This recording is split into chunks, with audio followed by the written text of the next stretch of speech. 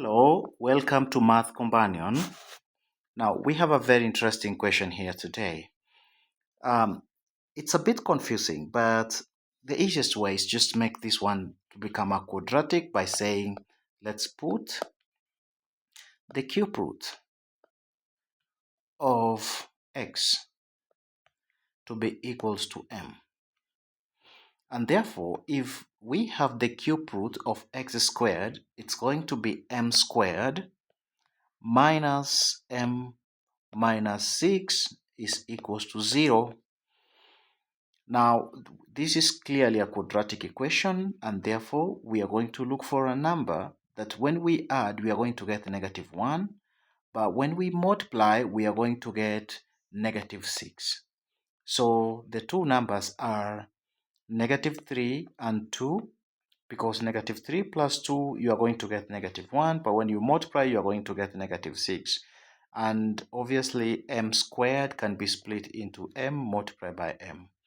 And therefore, we are going to have m minus 3 and m plus 2 as the factors, which is equals to 0.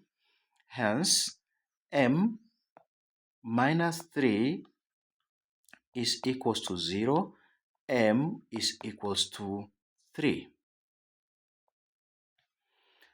All right, and then the next solution for this, we have m plus 2 is equals to 0, and therefore here we are going to have the second value of m is going to be equal to -2.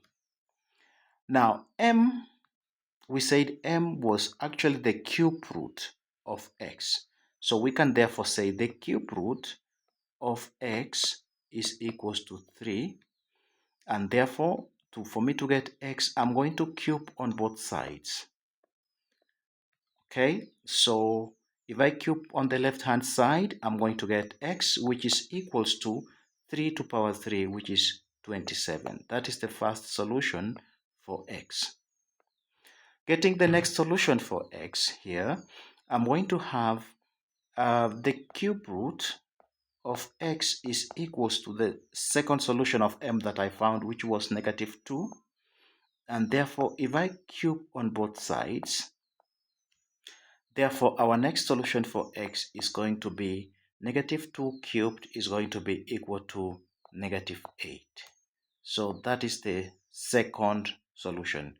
All right, thank you so much for watching, and stay here to keep always updated. Have a great time.